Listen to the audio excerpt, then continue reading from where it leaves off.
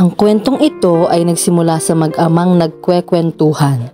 Sabi ng ama sa kanyang mga anak, may isang batang lalaki na humingi sa kanyang ama na bilhan siya ng isang goryon. Itay, bilhan niyo po ako ng isang goryon. Bibili ako ng kawayan at papel. Gumawa ka ng sariling saranggola. Pero dahil hindi marunong ang bata, tinuruan siya ng kanyang ama na gawin ito. Sa halip na matuwa ang batang lalaki dahil meron na siyang saranggola, nagalit ito at humingi ulit siya sa kanyang ama na bilhan siya ng goryon. Tay, bilhan mo na ako ng goryon dahil kinakantsuhan ako sa bukid. Anak daw ako ng kaisa-isahang estasyon ng gasolina sa bayan. Bakit daw kay liit ng saranggola ko? Tumawa na lamang ang ama at tinapik ang balikat ng anak.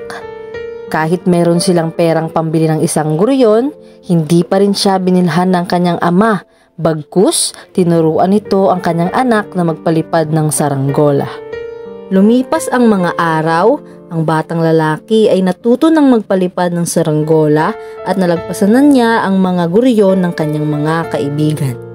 Anak, tandaan mo, ang taas ng pagpapalipad ng saranggola ay nasa husay, ingat at tiyaga. Ang malaki ay madaling ang tumaas, pero mahirap itong patagalin. Kung babagsak, ay madaling ang mawawasak.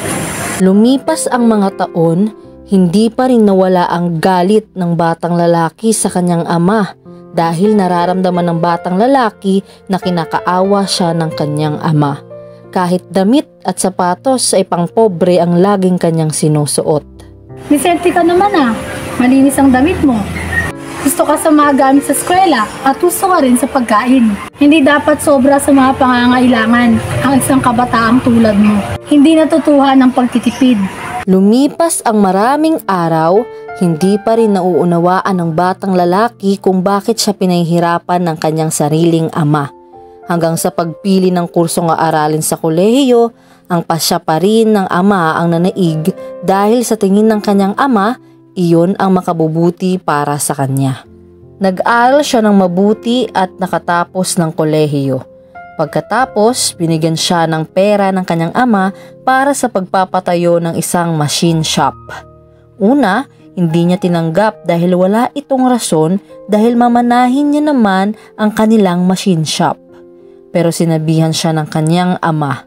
Kaya ko pang hawakan ng negosyo at magandang makatindig ka sa sarili mong paa. Kaya tinanggap niya ang pera at nagpatayo ng machine shop malapit sa machine shop ng kanyang ama.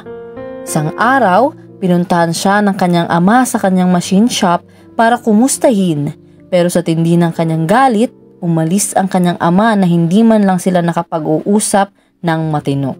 Pero dahil sa kawalan ng kita, nalugi ang negosyo ng batang lalaki at humingi ulit siya ng puhunan sa kanyang ama.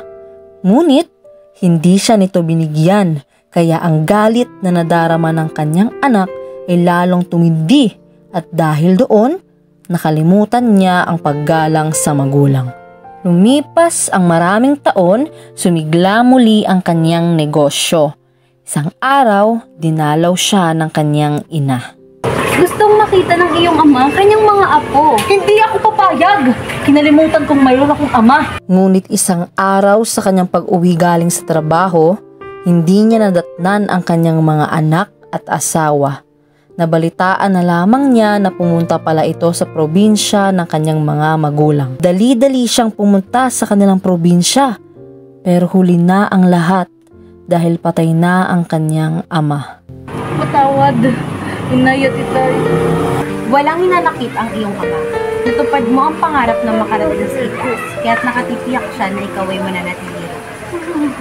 Alala niya ang sinabi ng kanyang ama na wala sa laki ng saranggola ang pagpapalipad at pagpapatagal nito sa itaas. At doon natapos ang kwentuhan ng mag-aama. Tandaan niyo ang kwento na ito dahil ito ay kwento ng inyong namatay na lolo. Kwento naming dalawa.